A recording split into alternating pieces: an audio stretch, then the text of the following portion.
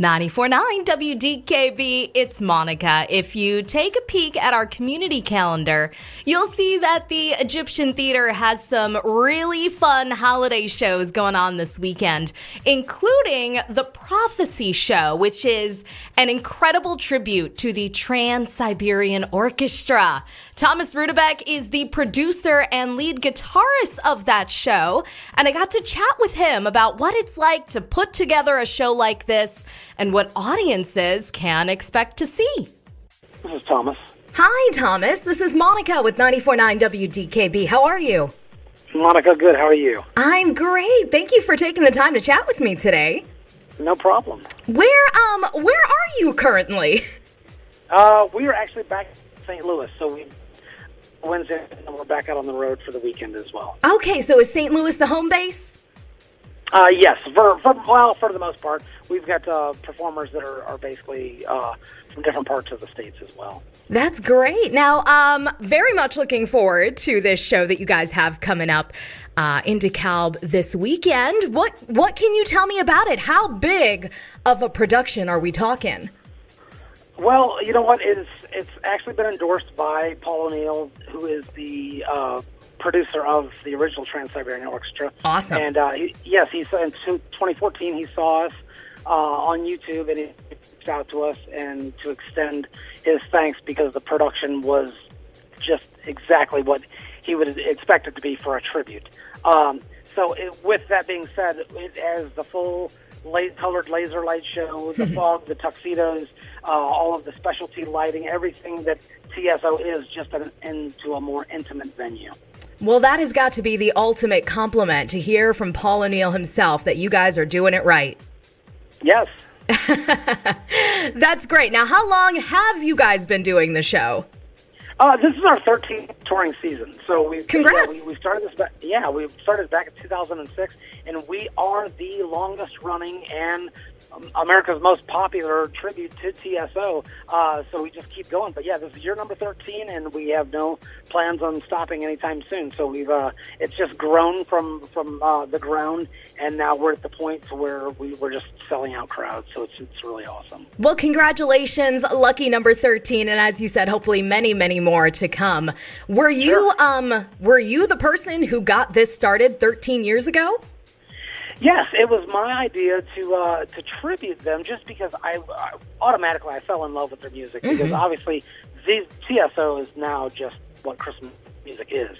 It's kind of replaced some of the old standards, which they've never gone away, but anytime you hear, on the radio, they're throwing TSO songs at you, Christmas. Oh, totally.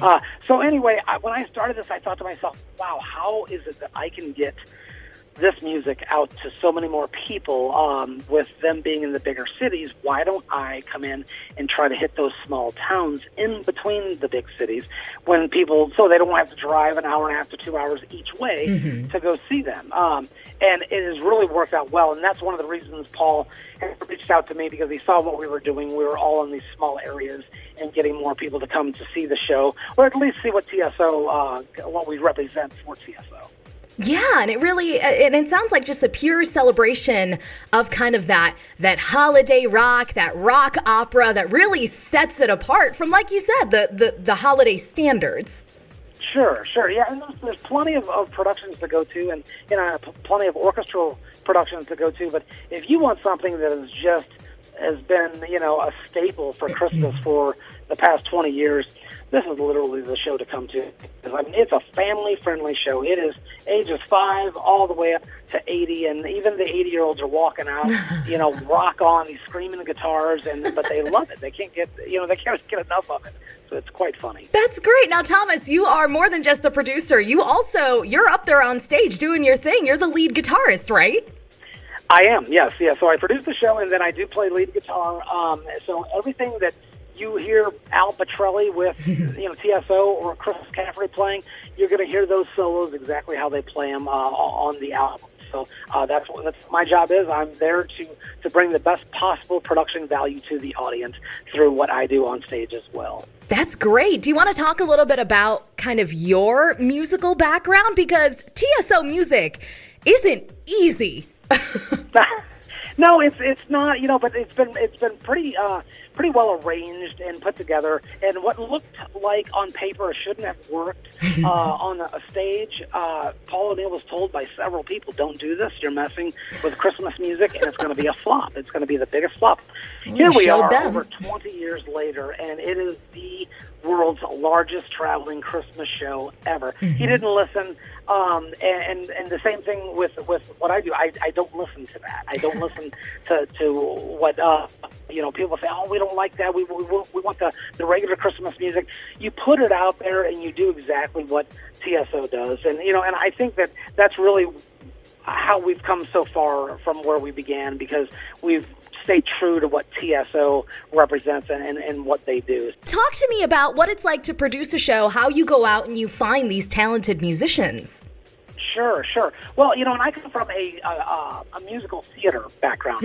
So I've been in I've had lead roles in every possible musical production you can think. The Music Man, My Fair Lady, West Side Story, Oklahoma. I've been in all of them. You're very well-rounded. So that's the background that I came from. So I have a respect for what the theater is about and what the values should be brought to the audience. Everyone else in the group as well, they have studied and they've graduated and got several music degrees, whether it be classical or jazz or musical theater itself. But yes, when we handpick them out, we've got some people that we've brought in from semifinalists from American Idol and from the X Factor. The voices that they're going to hear on stage in DeKalb will literally be nothing short of amazing. Yeah. And I'm not just saying that because I hired them. I'm saying that because I stand on the side of the stage when some of these solos are going on, and it literally gives me chills. They are going to just blow you away with the vocals. I can't say enough about the vocals. It's unbelievable. Well, that's exciting. That's very cool. Now, how long of a show is this? What can people expect? The running time is 1 hour and 40 minutes. Okay. So we will have no intermission. It's like boom, bang, we're out of there. We don't do any of the narration that TSO does. That actually puts it into literally a 3-hour production. So if you've seen TSO, you're there for 3 hours.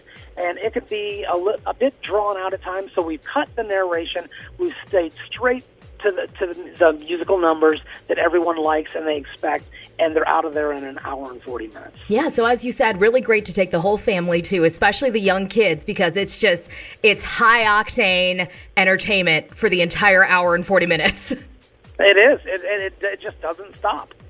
That's incredible. Well, it sounds like a really great show that you've put together here. Outside of you, have there been people on the stage that have been with you all 13 years, or do you kind of rotate through people as the years progress? Sadly, a lot of people come and go because they have got their own musical endeavors that they want to pursue. So they will say, it was great being here for 4 years, but I'm moving down to Nashville. Now I want to try to get my own music together, and I'm touring with my band. So it's one of those things where, musicians are somewhat a revolving door. They love being here, but sometimes it's just an individual thing, and they want to go and do what they want to do. So, yeah, we have, most of the people that we have with us now have been with us for the past 4 years. So, but hopefully it's not easy finding those really talented people to come onto the production with you, every 3 or 4 or 5 years. So I'm hoping that they just stick around and we make this, another 20-year run with them. Yeah, and while I'm sure it's a little bit of extra work for you to kind of have to replace people as they move on with their careers, it is kind of a testament to the talent that you are attracting, that, they are presented with these incredible career opportunities that they do kind of have to part ways with you. Absolutely. And, and I've always been about that. If you've got something better going on down the line, I'm ready to kick you out of this production and send you. And I tell some of the vocalists, I even say, look, if TSO came after you guys, oh my gosh, I would kick you up so fast just to get you up on their stage, because I'd be coming to watch you. So it's just one of those things you really have to support musicians and the actors and what they're doing in their personal life. And that's how you know that you are a true lover of music and the entertainment industry. Sure, absolutely. Yeah, give them a better opportunity. If it comes their way, shove them toward it. Well, Thomas, it sounds like you have a really great show coming to town here. Congratulations on 13 years. DeKalb is so excited to get to see it all come together. Thank you so much for calling, and we are so excited to be at the Egyptian Theater. It's going to be, we've never been there, so when they invited us to come out, I said, hey, you know what, this is a great opportunity. It looks like a great theater, and they're doing some renovation over there, and I can't wait to be a part of everyone's holiday season this year. Yeah, you're going to experience 90 years of history in that building. Awesome. That's great. Well, thank you so much, Thomas. Well, thank you for calling. Bye-bye. Bye. That's Thomas Rudebeck, producer and lead guitarist of The Prophecy Show, a tribute to Trans-Siberian Orchestra at the Egyptian Theater this Sunday night. Get your tickets at egyptiantheater.org or at 949wdkb.com.